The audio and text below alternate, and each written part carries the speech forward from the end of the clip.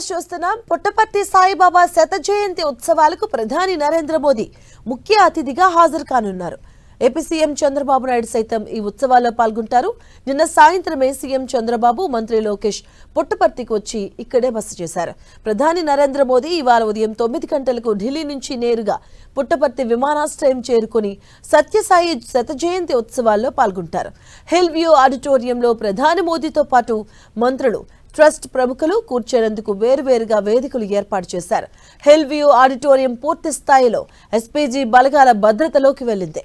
రాష్ట్ర ప్రభుత్వంతో పాటు సత్యసాయి సెంట్రల్ ట్రస్ట్ ఈ ఉత్సవాలను అంగరంగ వైభవంగా నిర్వహిస్తున్నారు.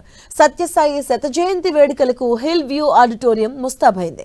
ప్రశాంత నిలయంతో పాటు చుట్టుప్రక్కల ఆలయాల భవనాలన్నీ రంగురంగుల దీపాలతో అత్యంత సుందరంగా సిద్ధం చేశారు. నారాయణ సేవతో ఉత్సవాలను ప్రారంభించి రథోత్సవం సైతం నిర్వహించారు.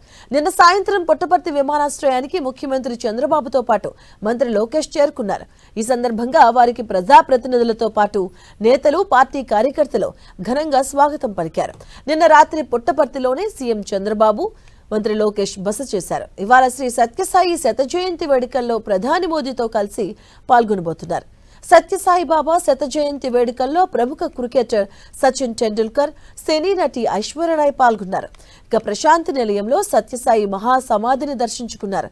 ఈ క్రమంలో సచిన్ టెండూల్కర్ ను మంత్రి నారా లోకేష్ మర్యాదపూర్వకంగా కలిశారు. సచిన్ ను కలిసిన వారిలో మంత్రులు పయ్యావుల కేశవ్, అనగాని సత్యప్రసాద్ ఉన్నారు.